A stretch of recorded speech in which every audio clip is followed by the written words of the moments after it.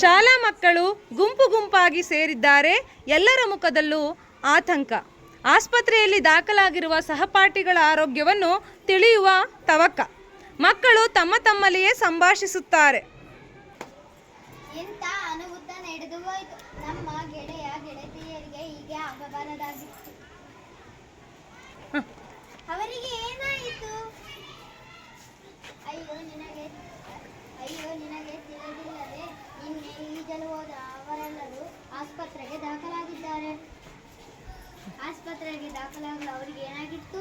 ನಿನ್ನೆ ಭಾನುವಾರ ಶಾಲೆಗೆ ರಜೆ ಇತ್ತಲ್ಲವೇ, ಅವರೆಲ್ಲರೂ ಬೆಳಿಗ್ಗೆ ಆಟವಾಡಲು ಹೋಗಿದ್ದಾರೆ ಮತ್ತು ಮಧ್ಯಾಹ್ನದವರೆಗೂ ಆಟವಾಡಿ ಆನಂತರ ಸೆಕೆಂಡು ತಾಳಲಾರದೆ ಊರಿನ ಪಕ್ಕದ ನದಿಯಲ್ಲಿ ಸ್ನಾನ ಮಾಡಿದರು. ಪರಿಣಾಮವಾಗಿ ಅವರ ಮೈಯೆಲ್ಲ ದಪ್ಪ ದಪ್ಪ ಗುಳ್ಳೆಗಳು ಎದ್ದು ವಿಪರೀತ ತುರಿಕೆ ಪ್ರಾರಂಭವಾಯಿತು. ನೋವು ತಾಳಲಾರದೆ ದಂಡೆಯಲ್ಲಿ ಬಿದ್ದು ಓಡಲಾಡುತ್ತಿದ್ದರು. ಯಾರೋ ದಾರಿ ಹೋಗಲು ನರಳಾಟ ಕಂಡು ಅವರನ್ನು ಎತ್ತಿಕೊಂಡು ಆಸ್ಪತ್ರೆಗೆ ಸೇರಿಸಿದರು. ಅವರ ಆರೋಗ್ಯ ತೀರಾ ಹದಗೆಟ್ಟಿತ್ತು. ಮಕ್ಕಳು ಆಸ್ಪತ್ರೆಗೆ ಬರುತ್ತಾರೆ. ವೈದ್ಯರು ಪರೀಕ್ಷಾ ಕೊಠಡಿಯಿಂದ ಹೊರಬರುತ್ತಾರೆ.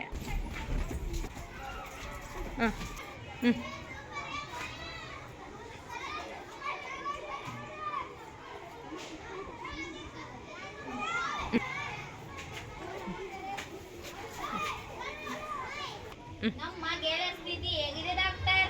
ಇನ್ನೂ ಏನನ್ನು ಹೇಳುವಂತಿಲ್ಲ ಮಕ್ಕಳೇ, ಆದರೆ ಚಿಂತೆಗೆ ಕಾರಣವಿಲ್ಲ ಅಂತ ತೋರುತ್ತದೆ. ಅವರಿಗೆ ಏನಾಗಿತ್ತು ಡಾಕ್ಟರ್? ಅವರಿಗೆ ನದಿಯ ನೀರಿನ ಮಾಲಿನ್ಯದ ಸೋಂಕು ತಗುಲಿದೆ. ಪರಿಣಾಮವಾಗಿ ಇಡೀ ದೇಹದಲ್ಲಿ ಗುಳ್ಳೆಗಳು ಎದ್ದು ತುರಿಕೆ ಪ್ರಾರಂಭವಾಗಿ ಮೂರ್ಛೆ ಹೋಗಿದ್ದಾರೆ. ಅವರ ಜೀವಕ್ಕೆ ಏನು ಅಪಾಯವಿಲ್ಲ ತಾನೆ? ಚಿಂತಿಸಬೇಡಿ ಮಕ್ಕಳೇ, ಸಕಲ ಆಸ್ಪತ್ರೆಗೆ ಬಂದ ಕಾರಣ ಸೂಕ್ತ ಚಿಕಿತ್ಸೆ ನೀಡಿದ್ದೇನೆ. ನಾವು ಅವರನ್ನು ನೋಡಬಹುದೇ? ಈಗ ಬೇಡ ಮಕ್ಕಳ, ಸಂಜೆ ಬನ್ನಿ. ವೈದ್ಯರು ಹೇಳಿದ ಮಾತುಗಳನ್ನು ಕೇಳಿದ ಮಕ್ಕಳು ನದಿಯ ದಂಡೆಗೆ ಬರುತ್ತಾರೆ.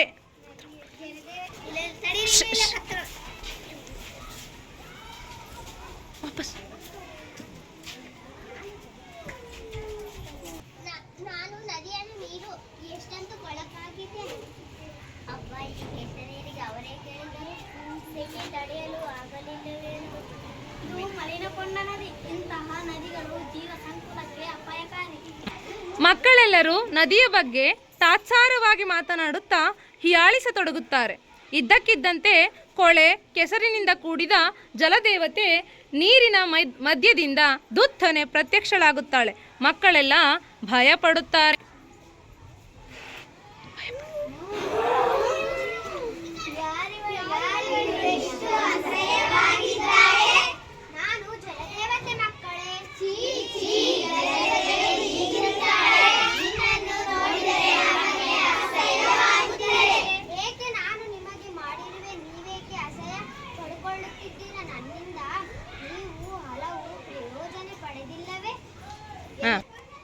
ಎಲ್ಲ ಸರಿ, ಆದರೆ ನೀನು ಕಲುಷಿತಗೊಂಡಿರುವೆ. ನಿನ್ನ ನೀರನ್ನು ಕುಡಿಯಬಾರದಂತೆ, ನಿನ್ನಲ್ಲಿ ಸ್ನಾನ ಮಾಡಬಾರದಂತೆ ವೈದ್ಯರು ನಮಗೆ ಈ ವಿಚಾರ ತಿಳಿಸಿದ್ದಾರೆ.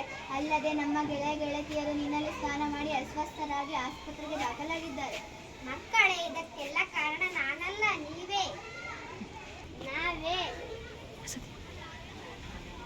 ನಾವೇ. ನೀವು ಅಂದ್ರೆ ನಮ್ಮವರನ್ನು ಶುದ್ಧಳಾಗಿ ಅರಿಯಬಾರದೆಂದು ತಾಕೀತು ಮಾಡಿದ್ದೀರಾ. ನಿಮ್ಮ ನೀರಿನಿಂದ ನಮಗೆ ಈಗ ಉಳಿಗಾಲವಿಲ್ಲ. ಇಲ್ಲ ಮಕ್ಕಳೇ, ನೀವು ನನ್ನ ಬಗ್ಗೆ ತಪ್ಪು ತಿಳಿದಿದ್ದೀರಿ. ನನ್ನ ಮಾತುಗಳನ್ನು ಕೇಳಿ. ಪರಿಶುದ್ಧಳಾಗಿ ಅರಿಯುವ ನನ್ನನ್ನು ಕಲುಷಿತಗೊಳಿಸಿದವರು ಮನುಷ್ಯರೇ. ಬಹಳ ಹಿಂದಿನಿಂದ ಇತ್ತೀಚಿನವರೆಗೂ ಮಾಲಿನ್ಯರಹಿತಳಾಗಿ ಅರಿಯುತ್ತಿದ್ದೆ. ಆಗ ಈ ಮನುಷ್ಯರು ನನ್ನ ನೀರನ್ನು ಕುಡಿಯುತ್ತಿದ್ದರು, ಆಹಾರ ತಯಾರಿಕೆಗೆ ಬಳಸುತ್ತಿದ್ದರು, ಬೇಸಾಯಕ್ಕೆ ಉಪಯೋಗಿಸುತ್ತಿದ್ದರು. ನನ್ನಲ್ಲಿ ಲೆಕ್ಕವಿಲ್ಲದಷ್ಟು ಜಲಚರ ಜೀವಿಗಳು ಎಲ್ಲವೂ ಸಂತೋಷದಿಂದ ಇದ್ದವು. ಆದರೆ ಈಗ ನಾನು ಪರಿಶುದ್ಧಳಾಗಿಲ್ಲ. ನನ್ನನ್ನು ಮನುಷ್ಯರು ಮನ ಬಂದಂತೆ ಬಳಸಿಕೊಳ್ಳುತ್ತಿದ್ದಾರೆ. ಅನೇಕ ಕಾರ್ಖಾನೆಗಳನ್ನು ನನ್ನ ದಂಡೆಯಲ್ಲಿ ಸ್ಥಾಪಿಸಿ ಅದರಿಂದ ಹೊರಬರಲು ರಾಸಾಯನಿಕ ಪದಾರ್ಥಗಳನ್ನು ಮತ್ತು ಕಸದ ರಾಶಿಯನ್ನು ನನ್ನೊಳಗೆ ಅರಿವು ಬಿಟ್ಟಿದ್ದಾರೆ.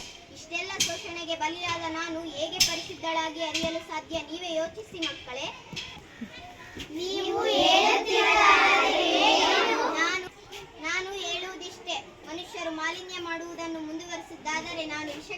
ಎಂಬ ಪಟ್ಟ ಧರಿಸುವ ಕಾಲ ದೂರವಿಲ್ಲ. ನಾನು ಯಾರ ಬಳಿ ನನ್ನ ನೋವನ್ನು ಹೇಳಿಕೊಳ್ಳಲಿ? ನೀವೇ ಯೋಚಿಸಿ ಮಕ್ಕಳೇ.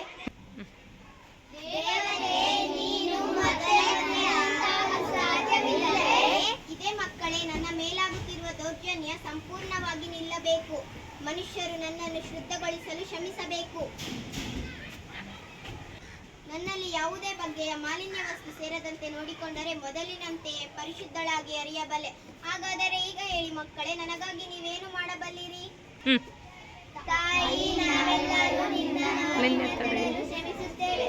ಇಂದಿನಿಂದಲೇ ಪಡೆದೊಡ್ಡಿ ನಿನ್ನನ್ನು ಪರಿಶುದ್ಧಳಾಗಲು ಪ್ರಯತ್ನಿಸುತ್ತೇವೆ. ಧನ್ಯ ಮಕ್ಕಳೇ, ಧನ್ಯ. ಮಕ್ಕಳು ತಮ್ಮ ಹೆತ್ತವರ ಹಾಗೂ ಊರವರ ಸಹಕಾರದೊಂದಿಗೆ ನದಿಯನ್ನು ಶುಚಿಯಾಗಿಡುವ ಜವಾಬ್ದಾರಿಯನ್ನು ವಹಿಸಿಕೊಂಡರು. ಈಗ ಲೇ